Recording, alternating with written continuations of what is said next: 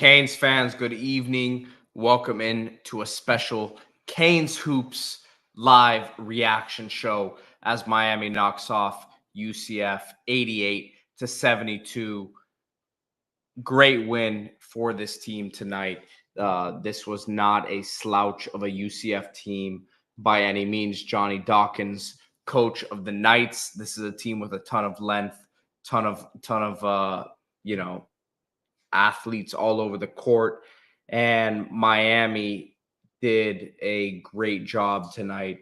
As just got back a few minutes ago from Coral Gables, of course, this was the night that we lifted the banner, and that was the Final Four banner, of course. Let's go do it again. Let's go do it again, and let's go do more than that. Let's go win a national championship this year. And early signs, I know that Miami's played NJIT and now UCF, but this team is special. This team is really, really good. And let's just go right through it as Miami in the first half comes out and scores 41 points. This is a team that's really pushing the pace this year. Jim Larinaga, he's not a guy that always loves to play fast break basketball, but guess what? When you have Norchad Omier at the 5 spot running the offense the way that he is, once he's getting the rebound and then once they set the offense up the floor, and he's they're doing a lot of dribble handoffs with him. This is a team that's going to score a lot of points. This is a team that's going to be very efficient offensively. Wooga Poplar is the best player on this team as he scored once again. Leading scorer for this team, 23 points, I believe, 6 for 6 from the free throw line, 5 for 5 from 3, 6 for 8 from the field.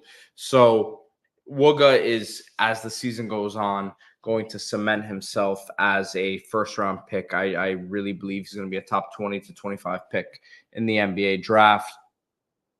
And Norchad Omier, I mean, listen, he got a flagrant one, I want to say, near the end of this game. But other than that, 12 rebounds, 19 points, 4 steals, a block, stuffing the stat sheet as always. Bensley Joseph, shout out to D Money for this one right here. D Money was in attendance tonight with his family.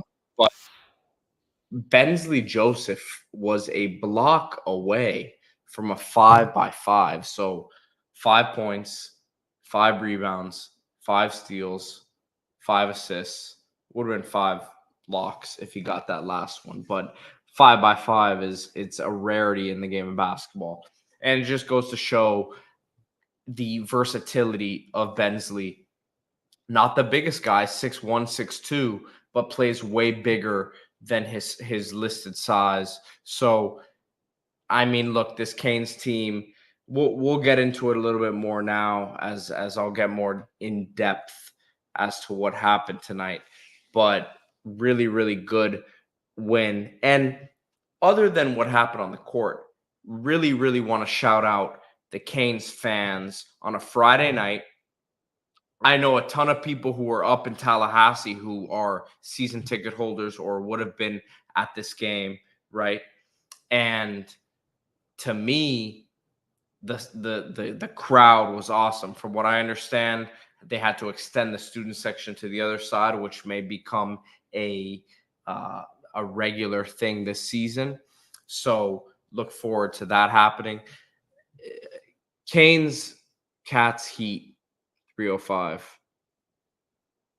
Man, we struggled, Pete. We're only 1 week away from competition stepping up. I'm going to have to disagree with you there, man. I don't know where you think we struggled. Yes, there were points in the game where UCF made their runs, but it's basketball. It's a game of runs. So I don't really I think when you look at Miami coming in here, 9.5, 10.5 point favorites, they cover the spread, up 14 at halftime. Again, UCF gave us their best punch in that second half. They were hitting shots, and Miami went cold there for a little bit. But overall, I was very, very satisfied with this performance from the Canes. It's going to come down to, as the season progresses, these young guys who can step up and who can become reliable. Because when I say step up, Nigel Pack's going to be a scorer. Wooga Poplar is going to be a scorer. Norchad Omier is going to be a scorer. Cleveland's going to get you double digits a game. So I'm not talking so much about the points, but when you need someone to step up when an Omier is in a foul trouble situation, as we know that Coach L has been very, cognizant of, then who's going to be that guy? Who's going to be the one that you trust to play that role, right? So we'll see what happens there.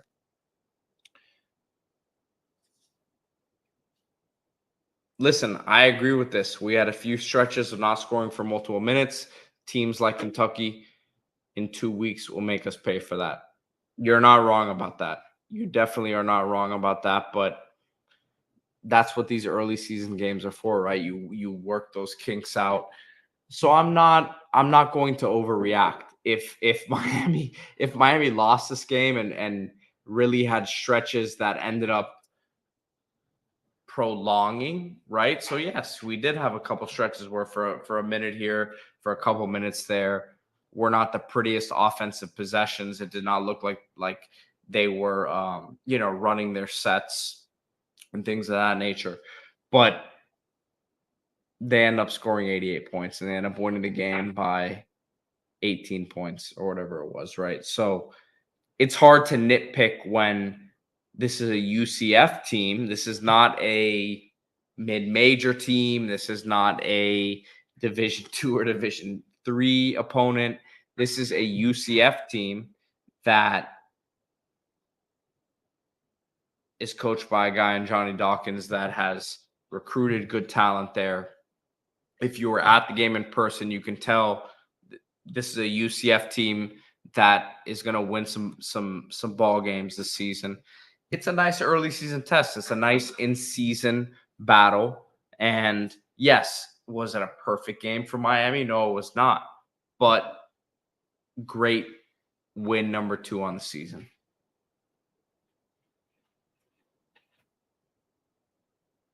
Yeah, and look, we have a few games leading up to obviously FIU. What is this? Monday that we have FIU coming up here. I think Monday here that we have FIU coming up. So FIU and then the Baja Mar coming up after that. So Georgia, and then you have Kentucky. So D Money, good evening, my brother. How you doing? What's up? I'm here driving back from the game, driving to the beach. Great seeing you today. I can't talk too much. I don't want to get everybody dizzy watching me on this in this car.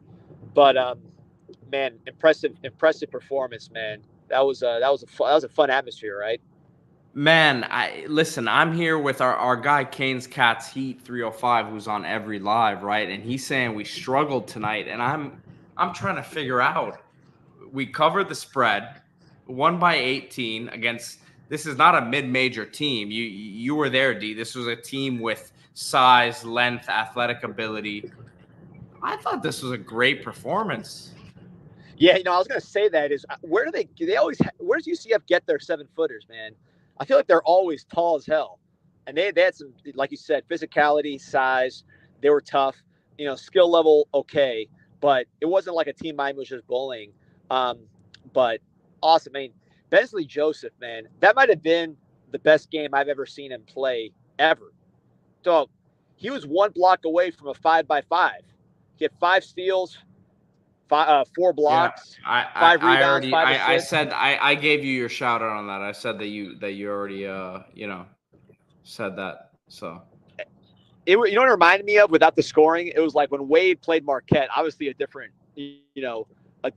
caliber of competition. When he was at Marquette, he played Kentucky, and he had like 14 deflections, and they counted him up. That's how it felt like watching this game, right. Joseph.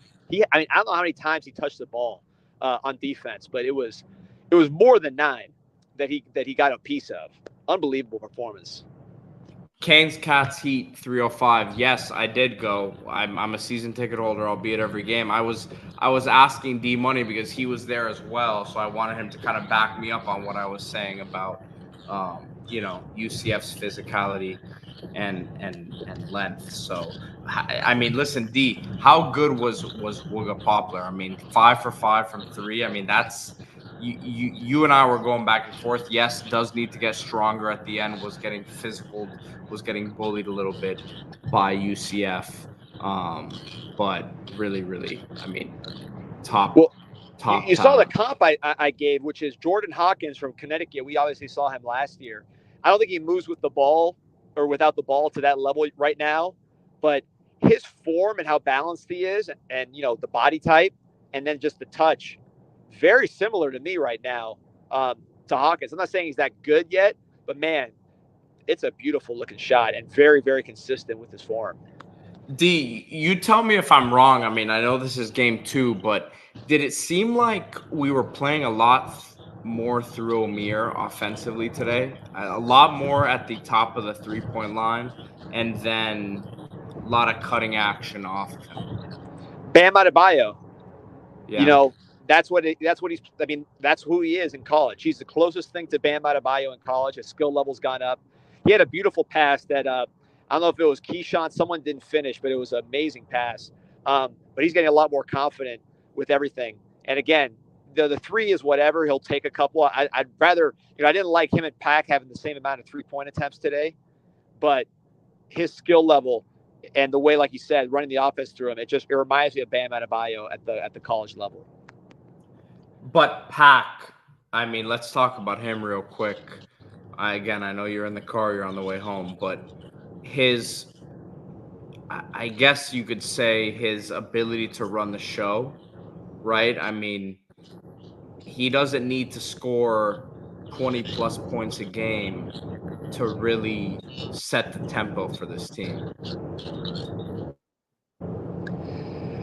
No, but I will say I didn't love our ball handling at the end. When they started putting the pressure on, you missed an Isaiah Wong or, a Charlie Moore going back a year before, as far as a pure ball handler to relieve that pressure. I don't know if Pack, his handle is at the caliber of those two. Certainly not Moore, and then Wong with his strength. He was pretty hard to jam up like that. And I thought our ball handling at the 1 got exposed a little bit. Now, Pack played good. That shot he had at the end, where 5 seconds on the shot clock and went coast to coast, that was beautiful. But I did think our ball handling, even though we have a lot of guys that can handle it a little bit, not having that premier ball handler got exposed to me a little bit down the stretch when the turnovers started racking up and UCF cranked up that pressure.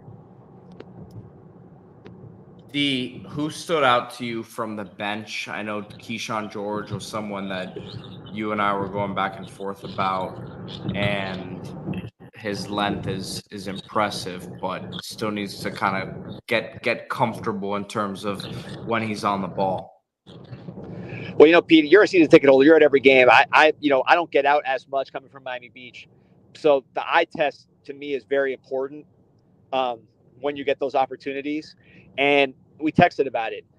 Nwoko is not as big as I thought, and George is bigger than I thought. George is the biggest player on the team. I mean, by a good amount. I know he has the afro, but if he stands up straight, he kind of slouches, he'd be like half a head taller than everybody else. He is huge. And I think he's not there yet. You saw some of the misses, some of the, he wasn't quite there as a ball handler, but he's a second away.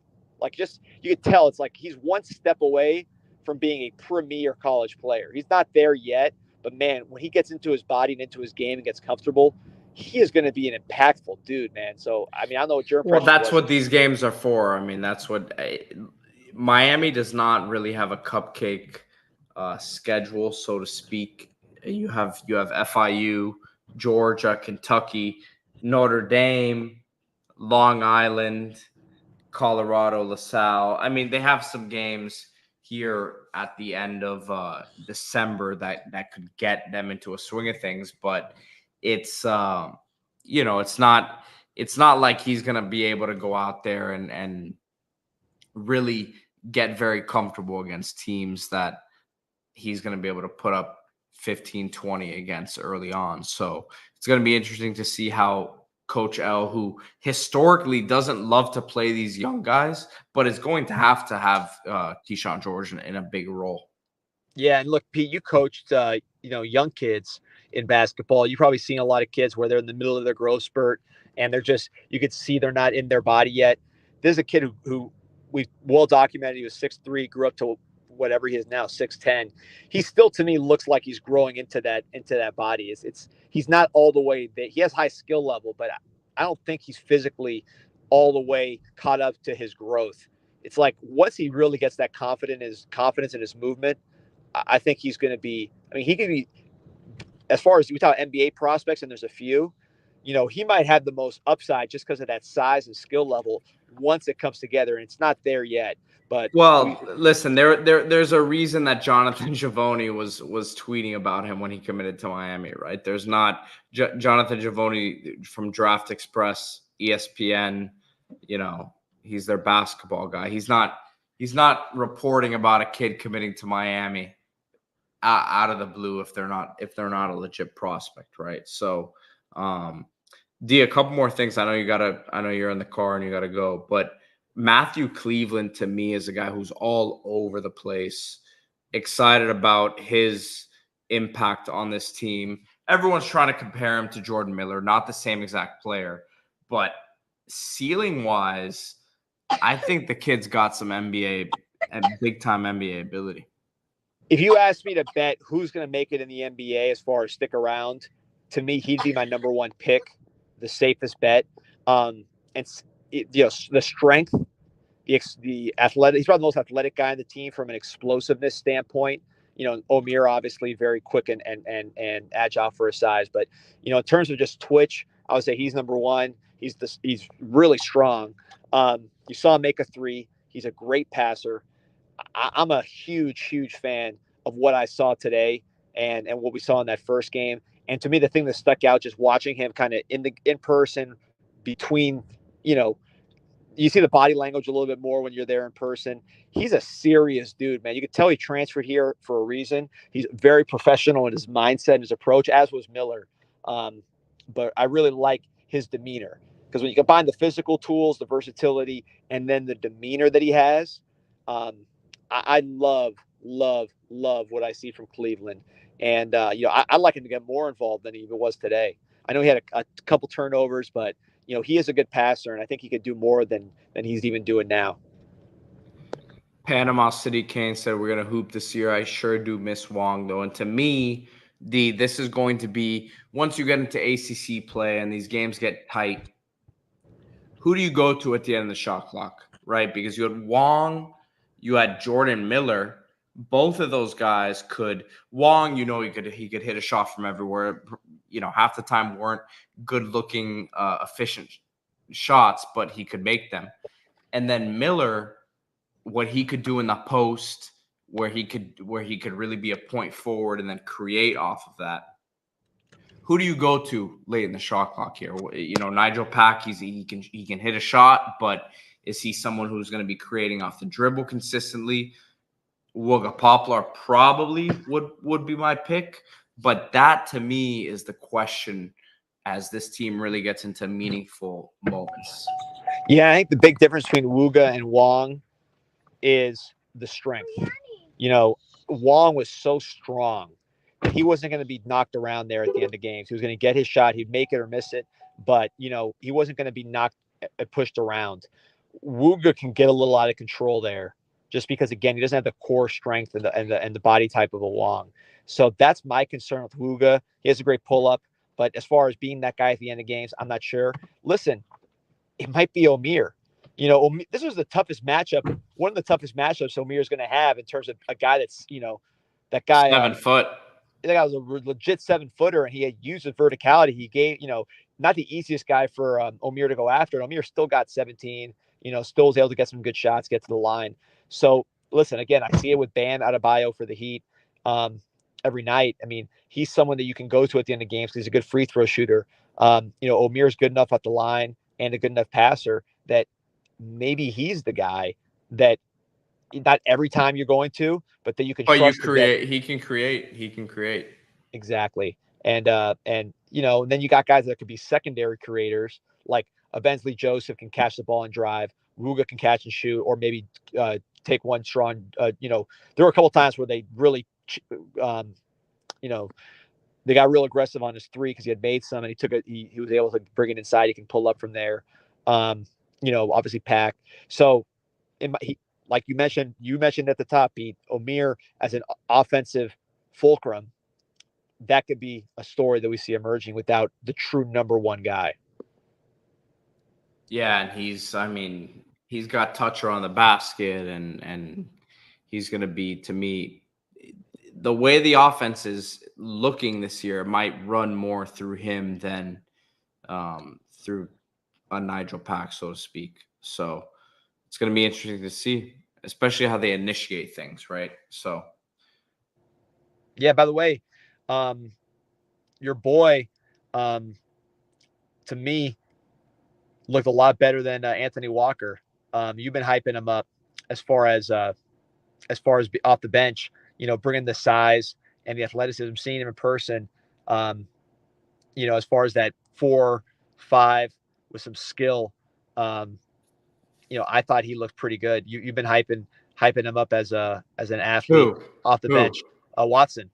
Oh, well, I mean, he hit a three.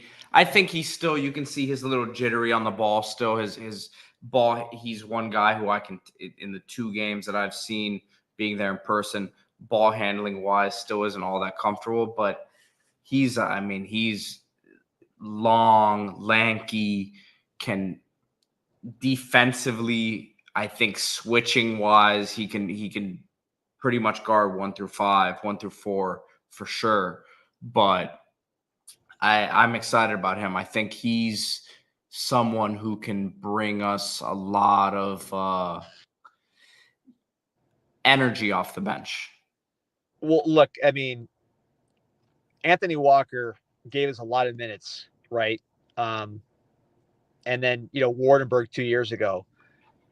When you look at the depth of this team, there's guys coming off the bench. They're that size that to me are way better, than those two. Just from a talent standpoint, physicality standpoint, just ability. You have obviously George is that size, even though he's a perimeter player. Right. Watson, you have Nwoku, who can do some things. It's just Casey, right, who's improving. So to me, just it looks more like a top 10 team where you have guys like that coming off the bench. Whenever Miami run up against a team like Kansas or North Carolina, they'd have guys like that off the bench, which Miami never Wings did. and length. We never had that length and those guys that you could just rotate in and said, "Oh, we have another body for you." Right? We have not had that, right?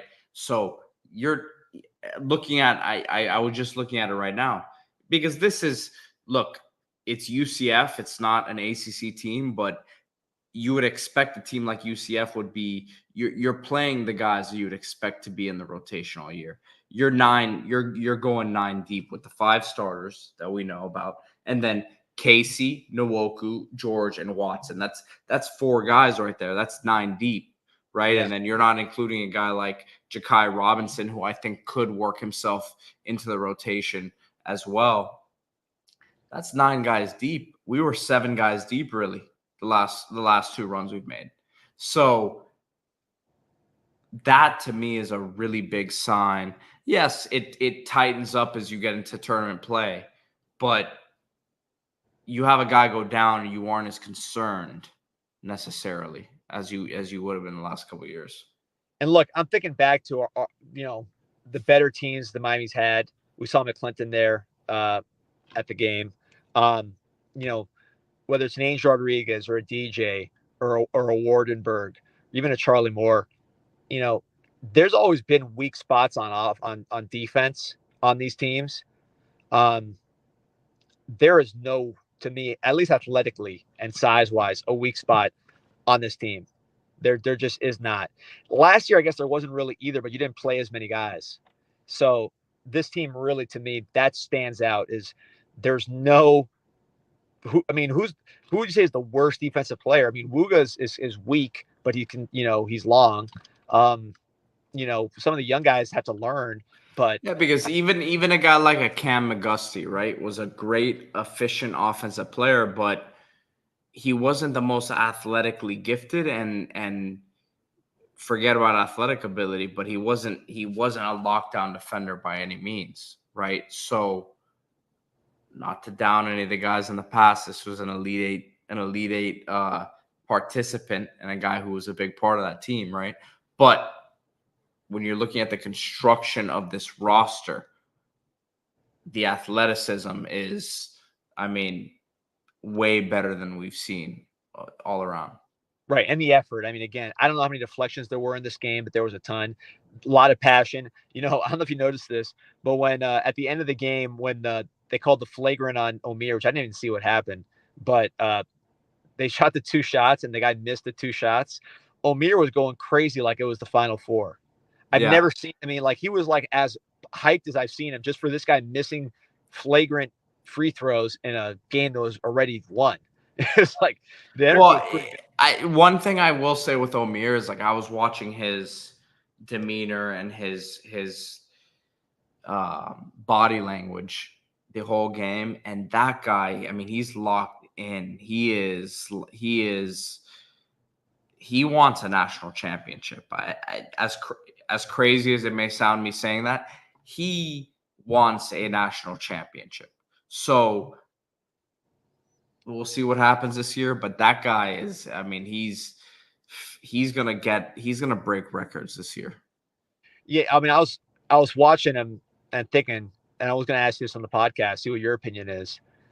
He's the best big man in Miami history, right? I mean, he's got to be. Yeah, I mean, I guess Anthony King would be the only one to really have anything to say about that. Yeah, but I mean, he didn't do as many. He didn't do all the things this guy does. No, what I mean, Omier is 100%. If you have a Miami all-time starting five, he's the 4 or the 5. Yeah, he's the 5, really. And really, NBA wise, I know, I'm just an NBA draft nut, so I'm not used to talking about NBA draft when it comes to the Canes. I'm telling you right now, he's going to get drafted. He will find a way to 100%. That guy, if you watch him play, he's going to figure out a way to get into the league, and he's going to get drafted. For sure. Miami Heat, Memphis Grizzlies. Those are two teams that he just seems like a fit with those kind of teams, with the way he competes and his talent. I mean, the guy's skill levels, he was a baseball. He's from Nicaragua. So, it's OKC. OKC, right. But it's similar to Wuga. It's like, Wuga was not always this kind of 3-point shooter. The skill level has developed rapidly. A guy like Omier, his skill level is accelerating at a rate that is higher than, like, his growth pace is ahead of others. Listen, there's no secret why a guy like Jaleel Bethea is coming to Miami. The developments there by this coaching staff, right? You have a guy like Jordan Miller who comes in as a transfer that was not a highly recruited transfer, right?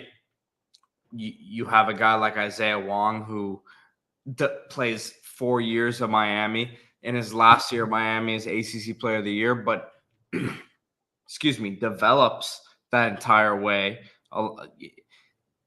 This is development. What are they going to do with a guy like Jaleel Bethea? And then the dirty little secret in town is that the Boozer brothers might be heavily considering coming to Miami, right? And it seems like the Canes are, we're not a, we do the football recruiting stuff, but from what I understand, Miami is very much in play for the Boozer brothers, right? So you start talking about that sort of conversation. It's a whole, you're in a different stratosphere at that point, but that's what development is. And there's a reason why Wooga's jump shot, other than his work ethic that we know is top shelf, but this staff is top 5 in the country to me. And all that length we talked about, the guys we mentioned off the bench, those guys are going to get developed too. And again, man, Keyshawn George, he didn't really have a good game today. He's not there yet, but man, his size, he can handle, he can pass, he plays good defense when he wants to, and his size makes a huge difference there. He can move his feet. And I know, he can shoot. He could shoot just watching him in warmups. And he made one today, missed a few. But once that all comes together, and again, he gets, like you mentioned, gets developed, he grows, he gets a little stronger. I mean, you put him with Bethea, or you put him, imagine if he stays 3 years and you see him with the Boozer brothers. I know he's a little older. He's another one that if he like a Wooga or a Wong, by year 3, man, he could be like a major ACC player surrounded by these blue chippers who, obviously are more highly touted. He has to do the work. He has to be developed. He's definitely not there yet, but man, seeing Georgia in person, man, I can't compare him to anybody I've seen in Miami that was that big that could handle the ball, and be a guard. It's pretty unique. No, because I mean, he's a couple inches taller than Jordan Miller. So. Oh yeah, and he has a better handle than Miller. I mean, he's a real guard. Miller was smarter. I mean, Miller was older. Miller was more experienced and better decision making. He was more developed. But I mean, this guy is he's like a point guard. D, any last thoughts here before we wrap it up? No, man. By the way, thanks for everybody jumping on the stream. We really want to push this Canes basketball content. There's no better captain of the ship than Peter. I mean, Peter's been, season ticket holder his whole life. So, seeing the team now where they're at and what the future holds, what the present holds. The crowd, man. The crowd was on a Friday night that we know that, I mean, look, I wouldn't say this game was like heavily promoted by UM or anything like that, right? Like this was a good crowd tonight against a UCF team that was not a ranked team. Not that many UCF fans in the crowd tonight, no. Right? Ton of other options in Miami on a Friday night. Awesome showing tonight from this community. It was a lot of fun too. The band was good, the DJ was good. I mean, it was a fun atmosphere. The production was good with the We Want the Smoke. I mean, obviously the product on the field is better. The court is better than what we've been seeing on the field. Right? It's a better team than the football team, but the production value is better than what the Rock is doing right now. The Rock needs to learn from how these guys do it as far as the music, the way they do the smoke compared to the corny stuff that's done at the game. I liked everything that was going on at that stadium. If you have a chance to go out to Watsco and you're in the area, make it out there, man. It's this is the best Miami basketball's ever been on the court. You're a beach guy. You're a beach guy, so I know it's not as convenient for you to come over to Coral Gables, but I've been saying it forever. This is it's the best ticket in town, without a doubt. It's so easy to park. You get in and out.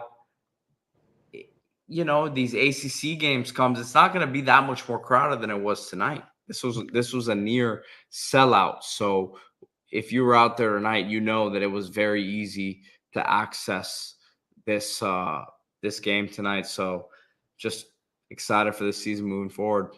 Like and subscribe to this podcast, especially if you love Canes Hoops. No one's going to give you more content than the Canes Inside podcast with Pete. So subscribe, go to the forums. We have the busiest basketball forums for Canes Hoops anywhere by far. So check us out, canesinsight.com, sign up, go to the like and subscribe to this podcast. Check us out on YouTube, Instagram, Twitter. You know where to find us. All right. Appreciate everyone for listening tonight. Go Canes. Go Canes.